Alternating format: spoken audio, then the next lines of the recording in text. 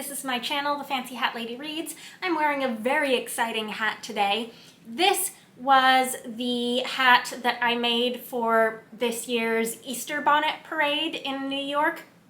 And usually when I do the Easter bonnet parade, I make an effort to do an Easter booktube video of some sort wearing the hat, and I just was not up for that this year. I was doing too many Easter things on Easter for the holiday, and I just could not squeeze in a booktube video on top of that. But I did still want to wear the hat in a video because I love it so much. I'm gonna lean back so you can see all of it. I'm gonna turn around a bit.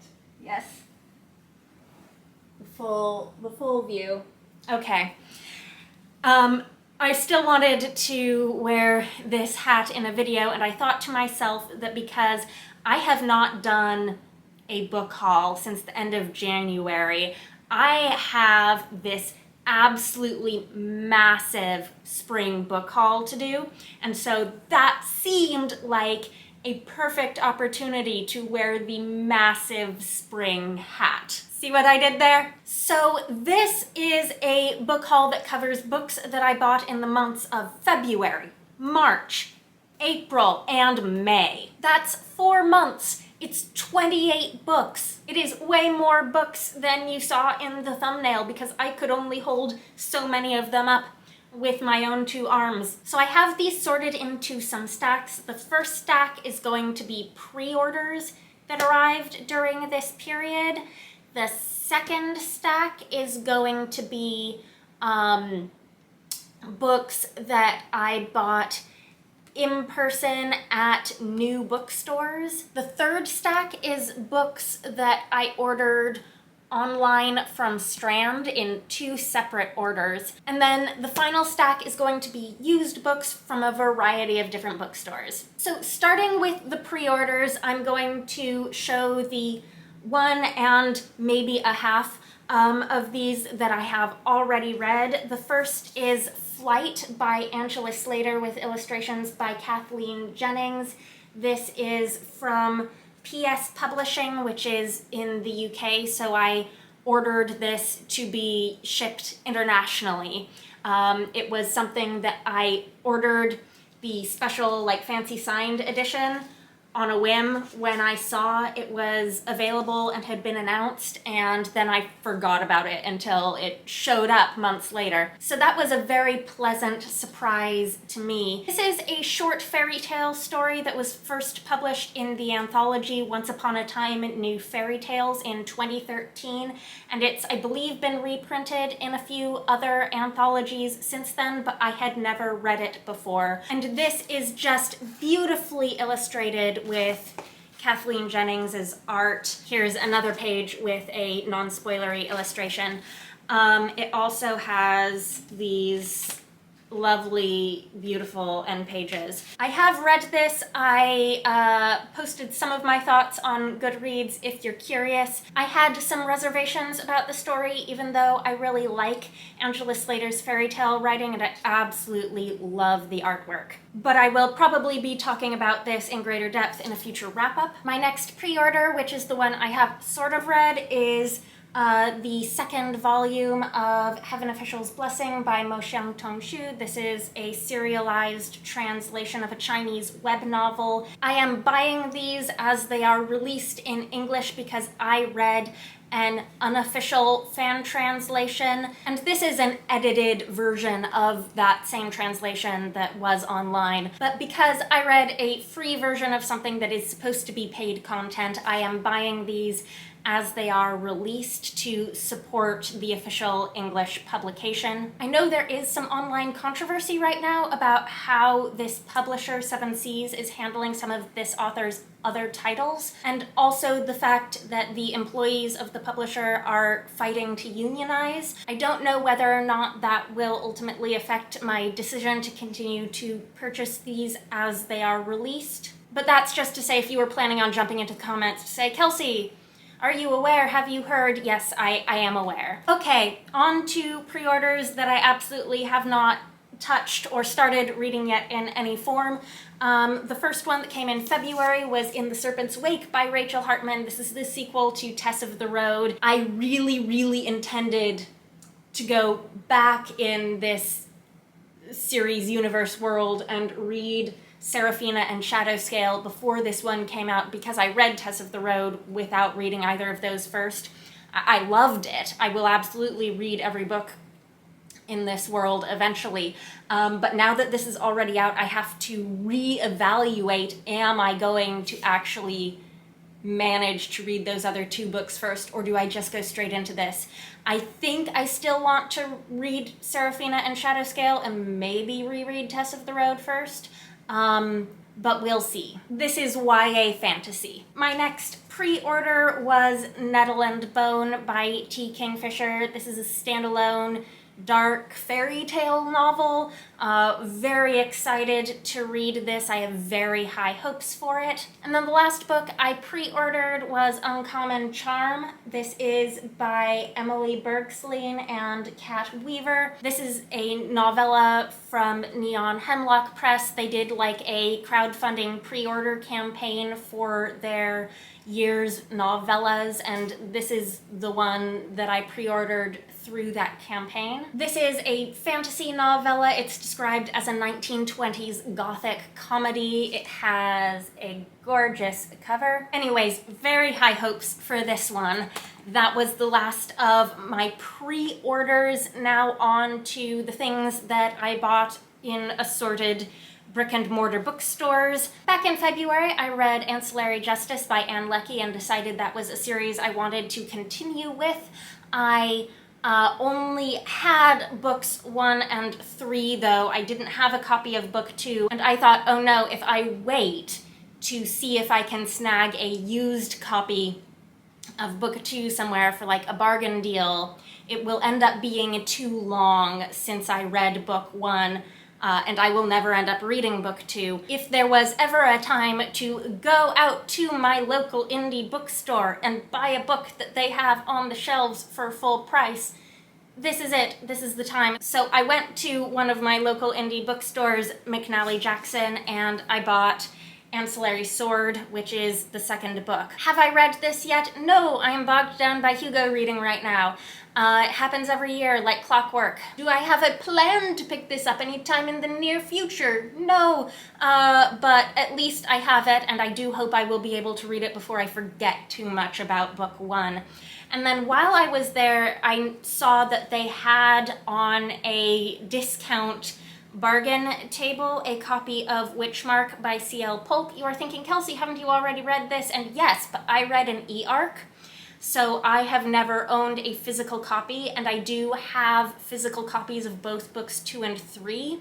And so I wanted to finish out my collection of the trilogy on my shelf, and this was only $7. Then in early April, I was out of town visiting with relatives, and these particular relatives happened to enjoy bookstores, so what did we do? We ended up in bookstores, and I mayhaps bought some things. We were in Ann Arbor, Michigan, and we went to a bookstore called the Literati Bookstore. I know because I have a bookmark from them in one of these books, otherwise I would have totally forgotten. I was very impressed by their selection. They had a copy of Spirits Abroad by Zen Cho. This is a new updated edition of her previously published short story collection. This is from Small Beer Press. This edition that has some new stories in it came out in 2021. It was the first time I had seen it in person on a bookstore shelf, so I bought it. And then I also bought a book from their bargain price shelf. This is Or What You Will by Jo Walton. This came out a couple years ago. Yeah, 2020. And this is a fantasy novel about the relationship between a fictional character and the author who writes him or something. I've heard very little about this, but it seems like something I should read. And as I'm sure you can see, it was only $5. And then we went to a Books-A-Million location, which I know they're a chain, but I've never lived anywhere that had one. So this one that is near where my relatives live is the only Books-A-Million location I've ever been to. They have a large bargain section with especially a lot of YA titles, like all these books from a couple years ago that are past the peak of the YA hype marketing machine. So I bought 2 bargain YA fantasy novels. The first is The Night Country by Melissa Albert. This is the sequel to The Hazelwood, a book that I really liked but didn't think needed a sequel. And I just noticed, sitting here and flipping this open, that this copy appears to be signed. So I don't know how a signed copy ended up not labeled as such and instead on the bargain price table. Maybe she was stealth signing? But my ARC copy of The Hazelwood is also signed, so they will match even though they don't match. These are contemporary fantasy with dark fairy tale elements. The first one was very spooky. I expect the second one will be as well. I have a tendency to get along better with spooky books during the warm summer months, when they are less likely to interfere with my emotional well-being. So I may get to this summer, or I may try to read some other spooky books this summer that have been sitting on my shelf for longer. Kaku-Song by Frances Harding, I am looking at you. But that is the first of the 2 bargain YA novels, and the second is A Treason of Thorns by Laura E. Weymouth. This is such a shiny cover. I have no idea if the camera will do it justice at all. I feel like I had not seen anything about this book.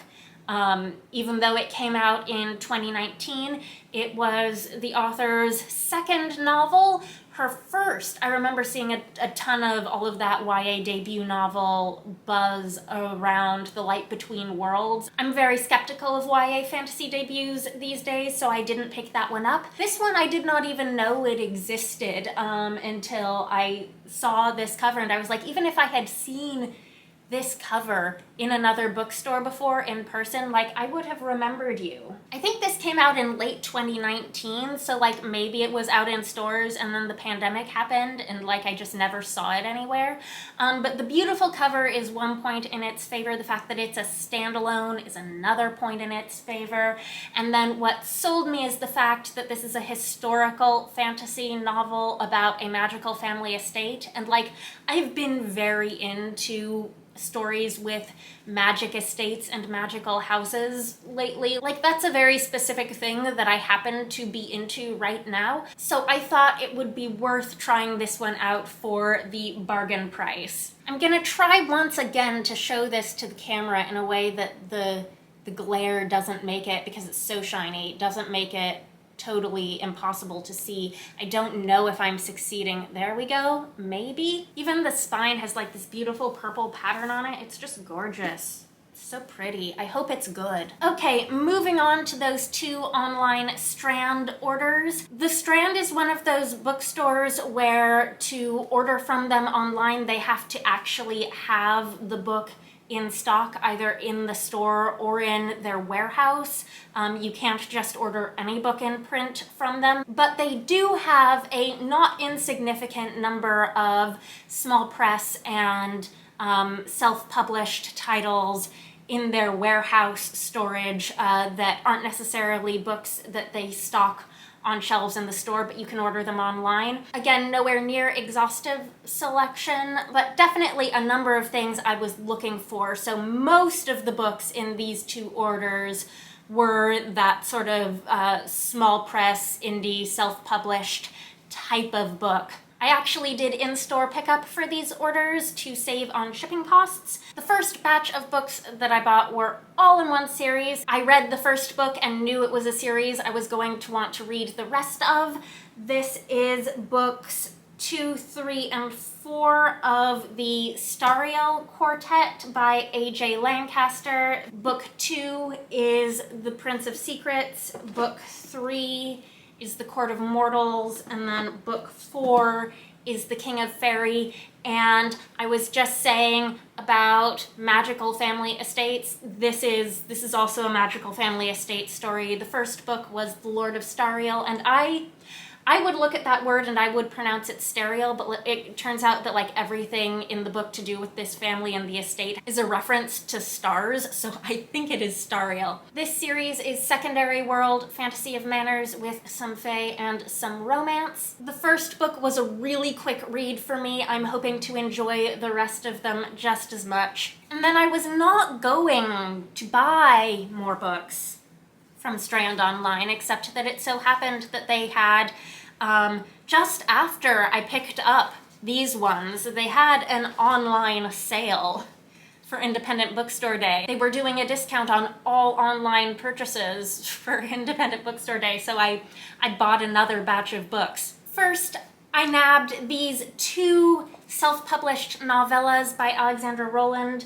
The first is Some by Virtue Fall, which is the first in a new series called The Seven Gods. I think the second book in this series is already out. Rowland is publishing things faster than I can keep track of, apparently. How do they do it? And then the second is Over All the Earth, which I know is another chant story with the character Elfin in it. I don't know if you have to read A Conspiracy of Truths and A Choir of Lies in order to read this. I have read both of those, so I definitely want to read this one. Anyways, I am really excited that Alexandra Rowland is self-publishing novellas. I'm so excited to read them. You have no idea. Both of these I'm really excited to read for like different reasons. This one because it has Elfin in it, and this one because it has theater stuff in it. Next is a book I have been excited for its release, and that is Dark Breakers by C.S.E. Cooney.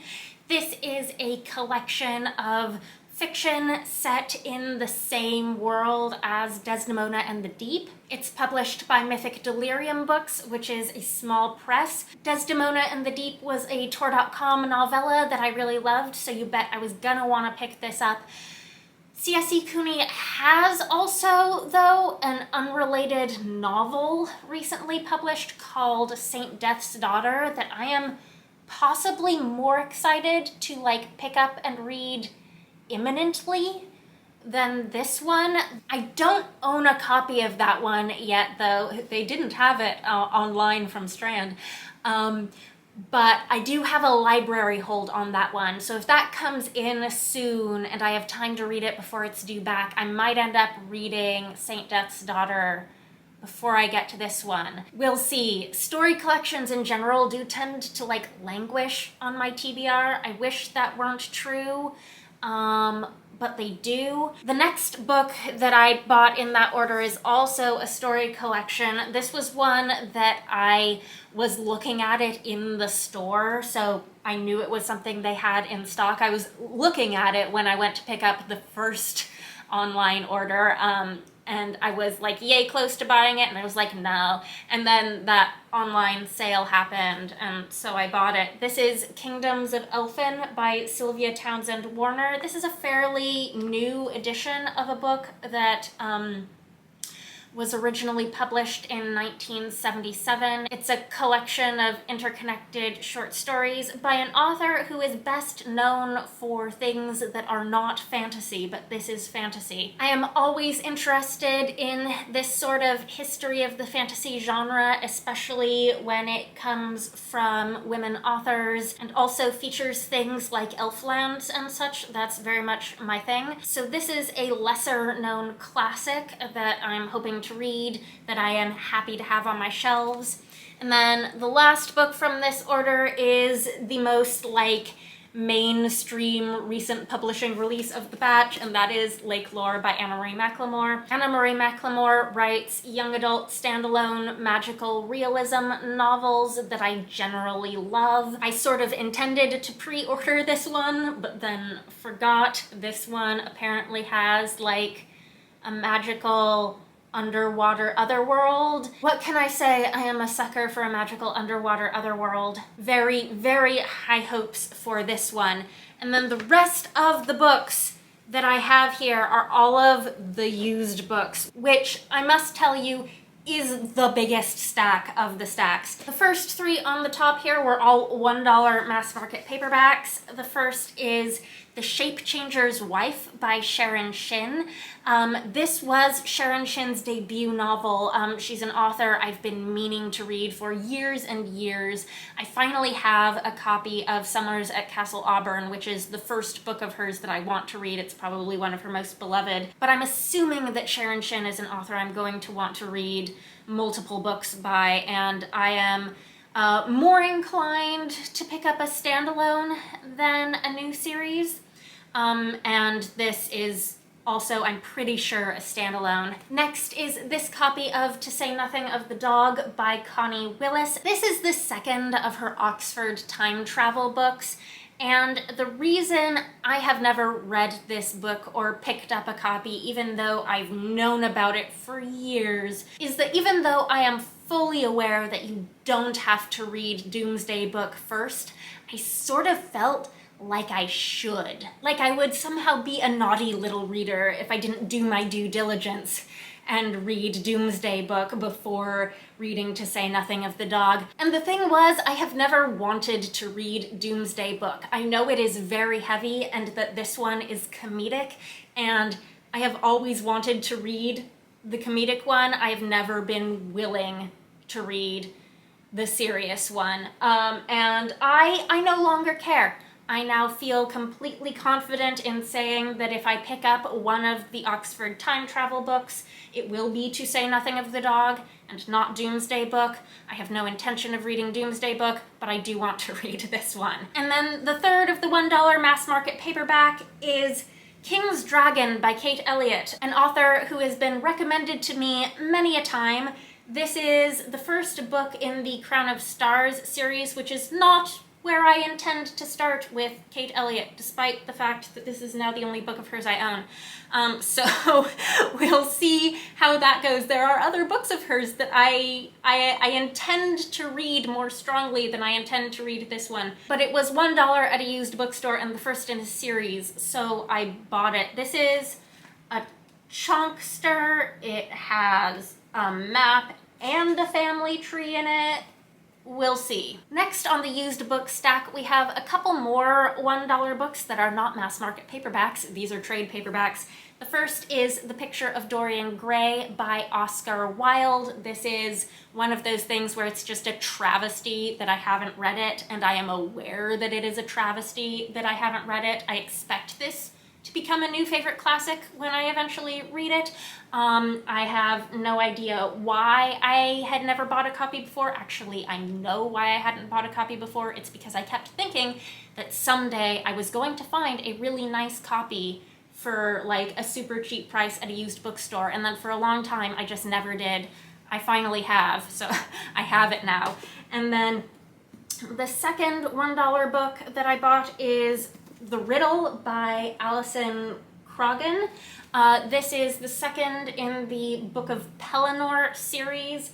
I also bought a very inexpensive used copy of the first book, which I'm blanking on the title of, which is why I bought this, because I do have the first. The first book is called The Naming. This is a series of older YA fantasy that I am curious about. And then after I bought this copy at one used bookstore, I went to another used bookstore, like very shortly thereafter, and they had books 3 and 4.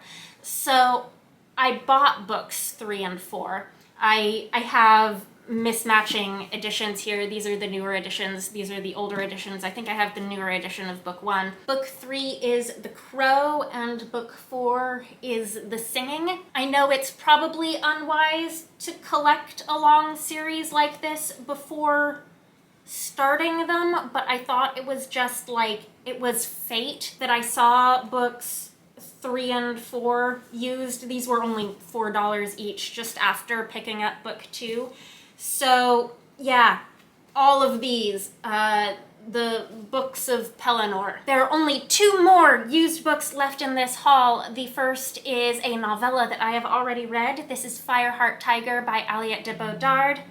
This is one of this year's Hugo nominees. I really enjoyed it. I haven't wrapped it up yet though, so you can look forward to that in a future video. This is Vietnamese inspired fantasy. And then the last book is The Cold Eye by Laura Ann Gilman, which is the second book in, what's this series called? It's a fantasy western series called The Devil's West. The first book is Silver on the Road. I've owned this book, book one, for years. I love these covers. I think the third book in this series got a cover change, so it doesn't exist in this edition, but this edition does match my edition of the first book. I paid a smidge more for it than I would usually pay for a used book. I got this for half list price, which was $14, so I do hope I end up liking this series. This was very impulsive of me. Anyways, that is it. That was my massive spring book haul in a massive spring hat. Let me know if you've read any of these books or if you're excited for them.